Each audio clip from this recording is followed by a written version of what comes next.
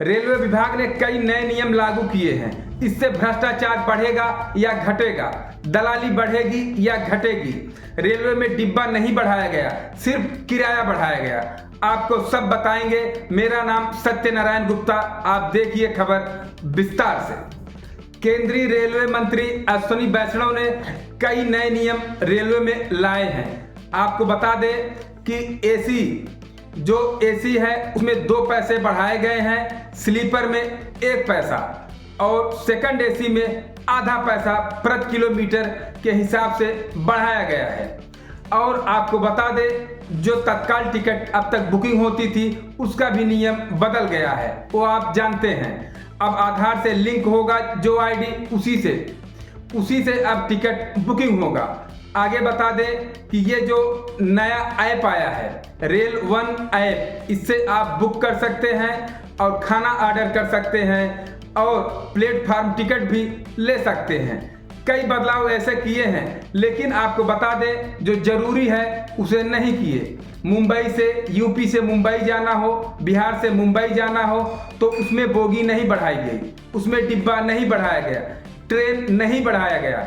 जब ट्रेन नहीं बढ़ाया गया और डिब्बे नहीं बढ़ाए गए तो कौन सी सुविधा गरीबों को मिली?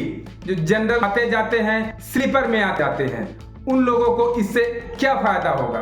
सिर्फ पैसा बढ़ाया गया है, ना तो बोगी बढ़ाई गई, ना तो रेलवे की संख्या बढ़ाई गई। रेलवे 1000 किलोमीटर जब जाएगी तो आपके जेब से एसी अगर है तो लगभग 20 रुपए ज्यादा लगेंगे, यदि स्लीपर है तो लगभग 10 रुपए ज्यादा जाएंगे।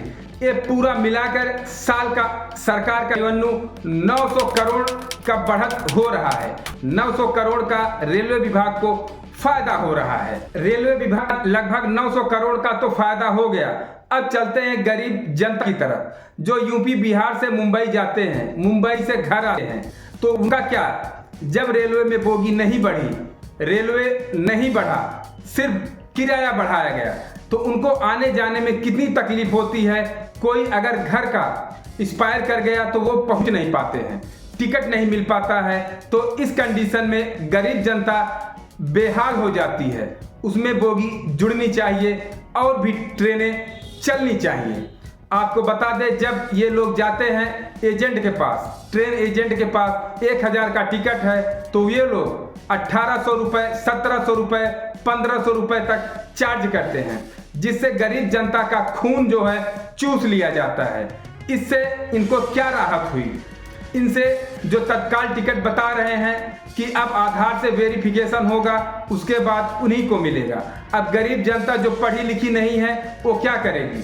वो तो जाएगी एजेंट के पास, एजेंट फिर उनका आधार लेंगे, OTP लेंगे, ID बनाएंगे, उन्हीं के टिकट पर उन्हीं से पैसा ले लेंगे। अभी एक ताजा मामला सामने आया है, रेलवे में पानी पैसेंजर ने मांगा तो उसे रेल नीर नहीं दिया गया, उसे दूसरा पानी दिया गया, वो भी 20 रुपए में। और रेल नीर भी जो कि 15 का है उसको भी 20 में खुलेआम रेलवे में बेचा जा रहा है। जब शिकायत होती है तो आते हैं, तुरंत थोड़ी देर के लिए वो चला जाता है जो बेचता है, फिर उसके बाद वही कारनामा शुरू हो जाता है। इस पे लगाम नहीं लगाया गया।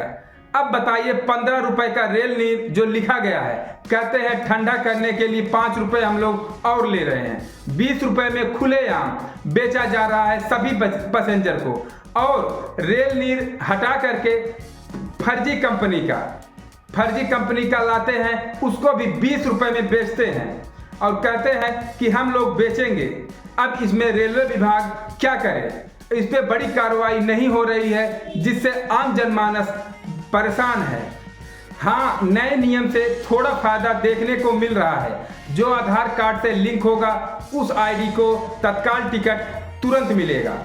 और जो एजेंट हैं, रेलवे एजेंट हैं, उनको 30 मिनट के बाद ही रेलवे टिकट बुकिंग करने का आदेश दिया गया है। इससे कुछ सहूलियत जरूर मिलेगी आम जनमानस को।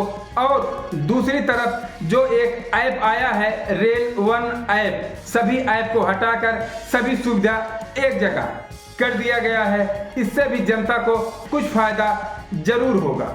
और देखा जाए जो पहले टिकट 4 घंटे पहले, ट्रेन छूटने के 4 घंटे पहले पता चलता था सीट कंफर्म हुई है या नहीं, अब वही 8 घंटे पहले यात्री को सूचना मिल जाएगी, बोर्डिंग हो जाएगी, जिससे अपना वैकल्पिक व्यवस्था वो कर लेगा।